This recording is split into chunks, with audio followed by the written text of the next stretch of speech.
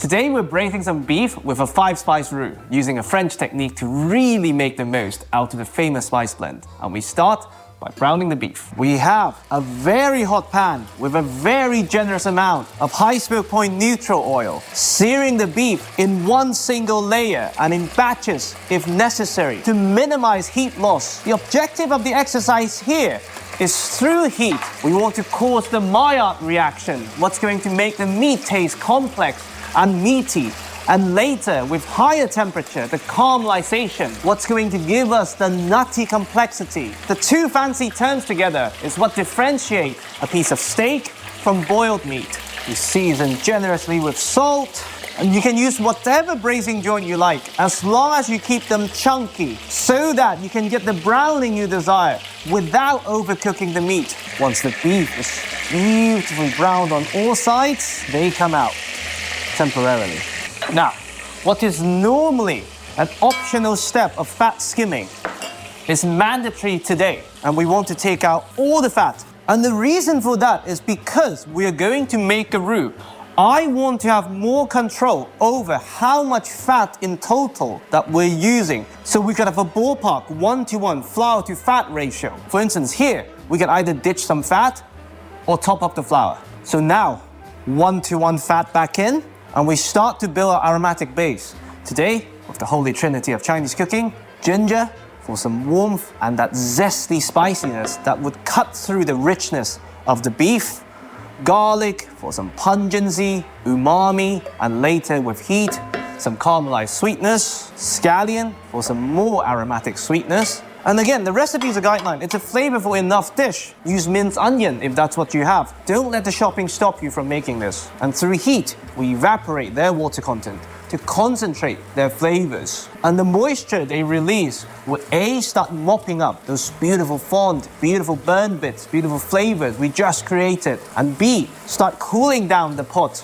making it ready for our 5-spice powder. And because we're going to use a whisk to make the roux later, I like to make sure the bottom of the pot is relatively smooth, so I don't end up splashing myself when I hit a speed bump. Now, the hero of the dish, beef's best friend in certain regions of the world, the 5-spice powder. They go in. Unlike allspice, which is a spice, Chinese 5-spice actually consists of 5 spices. We have the star anise, which adds a sweet, licorice-like aroma, cloves for some intense, warm, and slightly pungent notes, cinnamon for the signature sweet, warm, and woody combo, and Sichuan peppercorn, which is normally famous for the numbing sensation, but given the long cooking time, it will actually bring us some citrusy depth and complexity. And last but not least, fennel seeds for more sweetness, more licorice-like notes. And we truly have sweet, bitter, salty, sour, and umami in one pot. Which brings us to the roux. In our Sichuan recipe, the reason for roux, to paraphrase Angela again, is to disperse the chili oil so that you don't end up with a layer of fat floating on top. Today we have an even stronger reason for roux. All those character-defining flavors we just talked about are primarily fat-soluble, while we're strictly speaking not creating an emulsion. We want the roux to help us disperse those fat-soluble flavors all over the cooking liquid, not just thickening like a starch slurry, but truly integrating the flavors of the whole dish. On that note, flour goes in. And as this happens, the really flavorsome fat is going to coat the flour, and in turn coating each starch granule of the flour, preventing them from clumping together. Take the opportunity to cook out the raw taste of the flour. Once you don't see any white dots, we start incorporating liquid elements. Today, just a bit of soy sauce, which works extremely well with 5-spice. If you have mirin, amazing. If you have Shaoxing wine, great. And now, the water.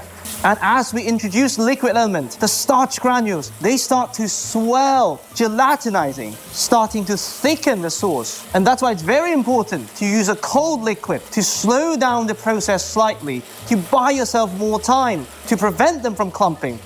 Bit by bit, take your time. And because this is a braising dish, we're prizing in the diminishing thickening capabilities of the roux. So yes, it looks extremely thick now, but in 3 hours, it'll be perfect. And we continue to build flavors. white pepper. And for anyone who's a fan of instant noodles, we know garlic powder, onion powder, they work extremely well with Five-Spice. Even though we've already added the garlic, what we have here is a lot more mellowed, yet concentrated flavors with some slightly roasted, almost earthy notes. And they're mostly water soluble, that's why we didn't add them earlier. Now, before we dilute this further, beef goes back in. As usual, stacking efficiency determines dilution, and we want to minimize dilution. Rustling juices back in, top up with just enough water to cover everything. Bring this back to a boil, lid on, and we simmer this for 3 hours.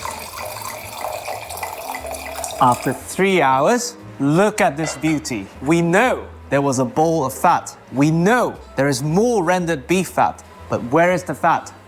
All combined with the beautiful fat-soluble flavors of the Five-Spice and dispersed everywhere. And look at the thickness of the liquid. Now, you reduce this down to whatever consistency you like. For me, some noodles and the sauce would cling onto them like no tomorrow. So now we taste and adjust the seasoning and color. Some dark soy sauce. Oh, look at this, already coating the back of my spoon without any reduction. Now, once you're happy with the reduction and color, stove off, and a very, very small dash of a vinegar of your choice. We're using Chinese black vinegar today. It's just to offer some balance to the richness and warmth. You should not be able to detect the acidity in the final product, so not too much. Incredible. And this is Five-Spice Roux braised beef.